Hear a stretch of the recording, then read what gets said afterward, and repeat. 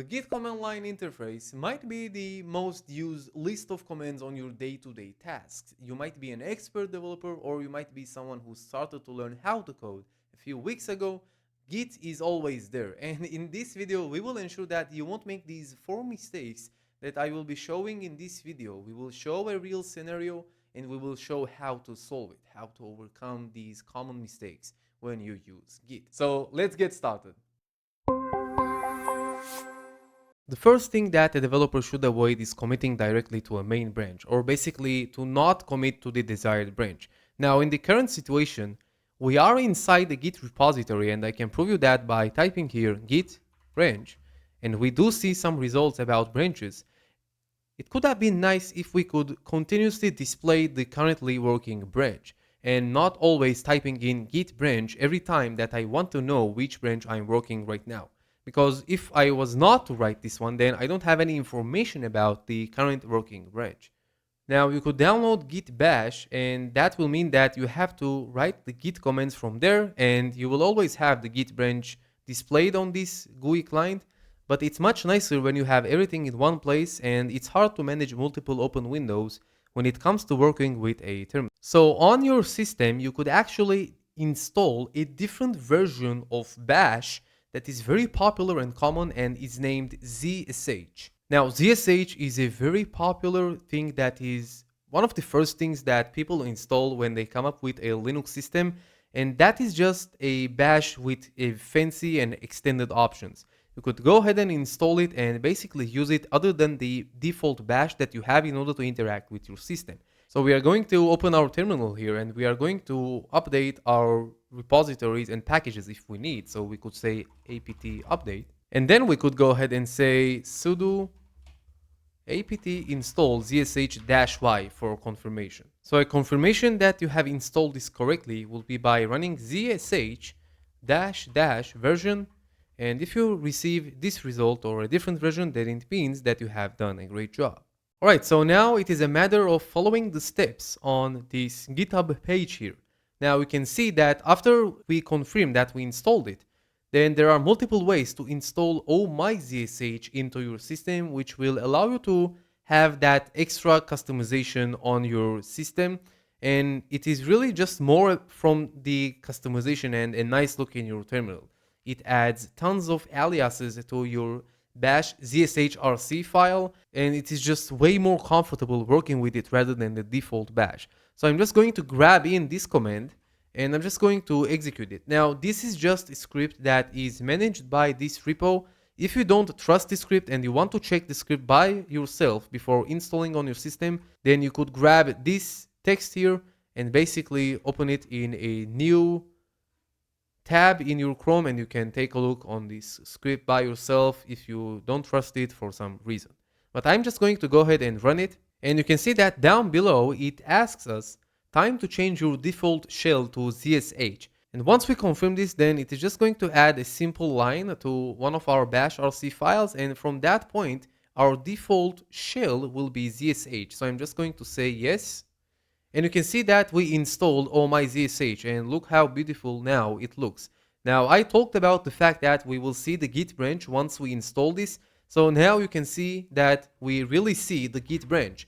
And if I was to go one directory back, then you can see that I only see the current working directory, which is projects. But if I go back to my I love pandas project, then you can see that I see the git branch. Now if I display the branches, then okay, I will press Q to go back now. So if I change the branch to git switch add Python script, this was one of my branches, then you can see that it automatically syncs. And that is something very useful that you want to do when you work on a project with multiple contributors. It really will avoid a lot of mistakes by your side because you always see the branch that you're working on. So the second thing that is really hard to deal when you are a beginner with Git is to avoid conflicts when you work on your repository or managing conflicts correctly. Now currently I'm on the main branch, and I want to show a command that will display the latest commit that has been ever committed to this repository on the main branch. And that could be something that you could do by running this command git log-1. Notice that this one is 1 here and not the L letter or something like that. Now you can see that according to my information on this system, the latest commit had the comment of add all files and its commit ID ends with 1821. Now I could actually press Q here to get out, but that sometimes do not happen if you run the commands because that's just an interactive mode by default. So I press Q here and go out. Now if I visit the page of the actual repository and I press on this section here, activity, that is not the actual case because the latest commit ID, according to the GitHub page itself, is that 299D commit ID as the last 4 digits. So this means that I don't have the latest information or all the recent commits by other people, because some guy named Jim DevOps 19 committed this change, and now if I was to try to change the exact line that changed in this commit, then I will run into trouble. So let's actually simulate this. I'm going to go and show more information about this commit, and you can see that the change was simply the print line in the file countlines.py. Now let's go ahead and create a new branch in our repository. And again, by purpose, I'm not pulling the latest changes. So git checkout -b change print line like that. And you can see that now I'm working on a new branch. Okay, so now I'm going to list all my files and I'm going to try to modify the countlines.py. I'm going to use Vim in order to do that. Countlines.py. And I'm just going to go ahead and say there are, and then I will close the the double quotes, and I will use comma, and then I will refer to the line count variable, and then I will say lines in a file like that. Now, of course, we can do spaces here and there. That doesn't really matter right now. It's just for beauty of the Python code, and I will save my changes. Now, you can see that now, if I was to add this file and then commit this file with a message that would say change the print line, and then basically pushing our changes. So directly running git push is not going to work since the GitHub repository still does not recognize this new branch. So we have to execute this line instead, which will add this branch to the upstream, which means that we will see this on the GitHub itself. Okay, so now we could see in the logs, it says to us, create a pull request on the GitHub by visiting this page. So I'm going to press Ctrl and left click, and this will open this page. Now you can see that automatically here it says can't automatically merge. Don't worry, you can still create the pull request, and let's see why we can do that. So I'm going to create the pull request, and you can see that down below it says conflicting files because two users tried to change the same file, but I had an error myself that I did not pull the most updated changes in my main branch. Now, since I checked out to a new branch from a main branch without having an updated main branch, then I led myself into trouble. So that's why keeping in sync the main branch always is a good idea. And this means executing git pull on your main branch before creating new branches is a best practice, because this will ensure that you have the most recent data on your repository when you work on different areas on your projects. Okay, so now I'm going to click on resolve conflicts, and we are going to zoom in and resolve the conflicts. Now you can see that the left arrow signs indicates basically the line that you are trying to add, and the right arrow signs indicate the area that some user already added, but I did not have the recent changes, so that's why there is a conflict. So now I could decide how I'd like to have this line here. And let's say that we totally want to override the changes from the main branch that was already added by some different user. So I could just delete this area and then that area, And there we go, we resolve the conflict. Now sometimes you could also forget the empty spaces here, so I will just delete these as well. Mark as resolved is the next button that you want to press here. And then I could say commit merge. Now basically we resolve the conflicts because now I have this option to merging my pull request, and that is the action that will take my changes from the branch that is named change print line and merge them to the main branch. So once we press here and we confirm the merge, then we merged our changes. Now you can see that you also have the option deleting the branch. That's something that I like to do because this branch is not useful anymore to me. I really don't need it. So I will delete it. And there we go. We made our changes. So back to the terminal. Now I'd like to go to our main branch and pull the recent changes and check how the last commit will change this time. So git log -1, and it still shows us that we had the 1821 commit that I showed you a few minutes ago. Now if we say git pull, then you can see that we updated our main branch. So now the outcome of this command will be different. You can see that it is the commit that I was working on previously. The third thing is something very important, and it is a usage of the git push -f command without really understanding what it does. Now this -f flag here basically takes the changes that you prepared on your local work, meaning on your system, on the branch that you're working on, and it forcefully overrides all the changes that were attempted by different users, and it specifically takes only your changes without even thinking about the changes that made by other people that you might have missed during your work. So this is something that could lead to losing your code, and let's see why it is wrong using that. Let's see an actual simulation of it. So according to my local repository right now, this is how the countlines.py, for example, which is just a file of this repo, looks like. Okay, and I might be interested removing this unnecessary comment here, but meanwhile someone worked on this repository, and that is how the file actually looks according to the github.com in the repo I love pandas. You can see that someone took the entire file and modified it, basically converted the whole logic into being a class.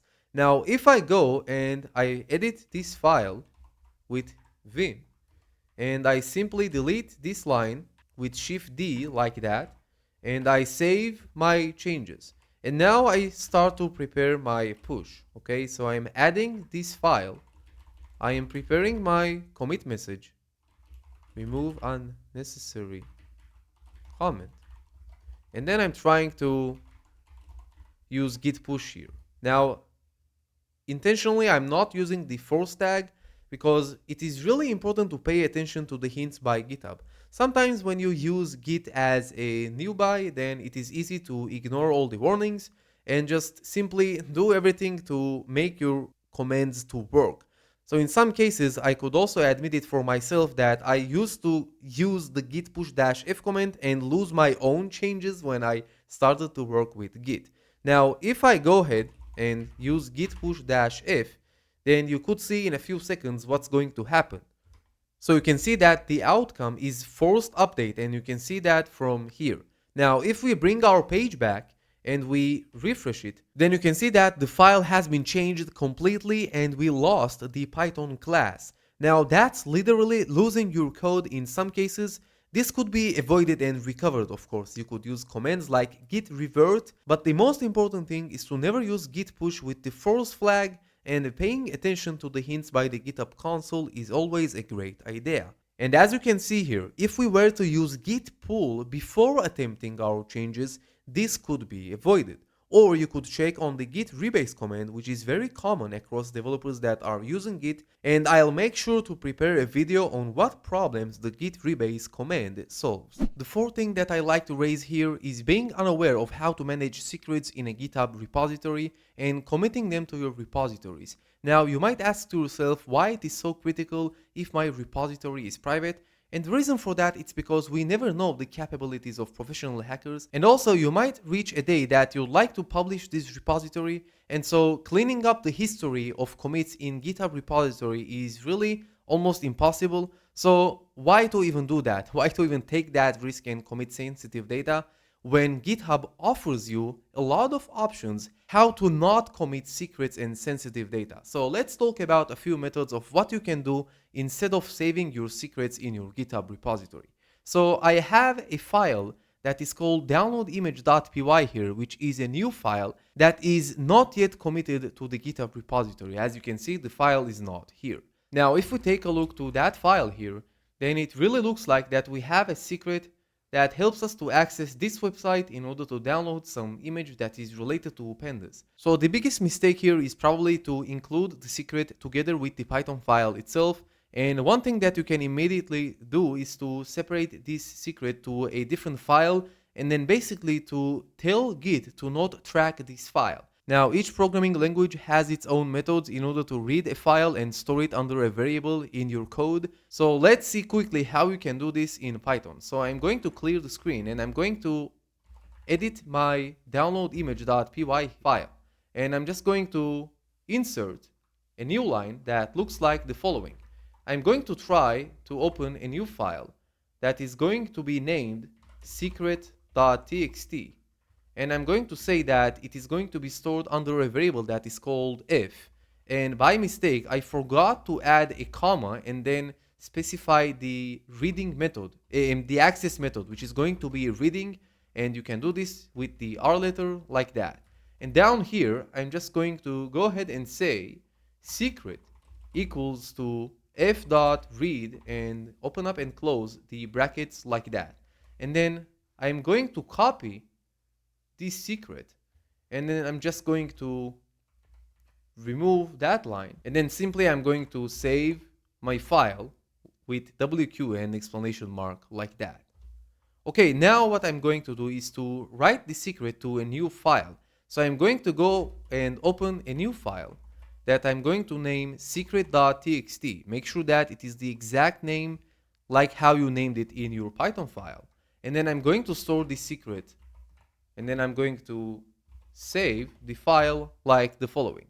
So just to ensure that we name the file correctly, we could use the tail command and say that we'd like to read the last 4 lines, and then I'm going to specify my Python file name. You can see that this and that are the exact name, so we are good.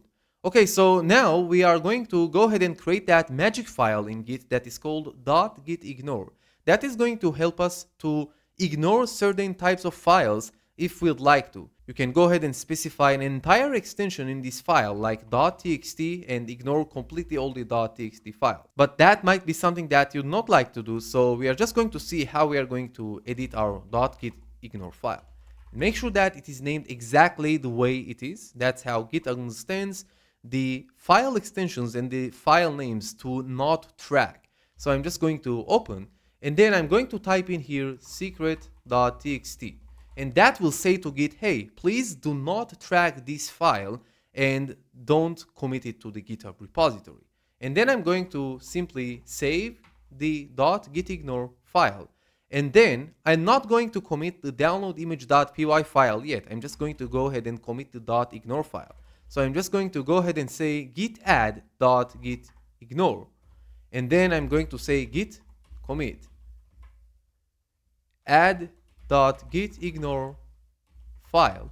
And then you can see that it says create mode.gitignore. And then I'm just going to go ahead and say git push. And right after we have completed this, let's check our GitHub. So by refreshing this page, then we are going to see our .gitignore file, and that's good. That's actually a good sign. So now we have to prove that this secret.txt file is not going to be committed ever to that GitHub repository.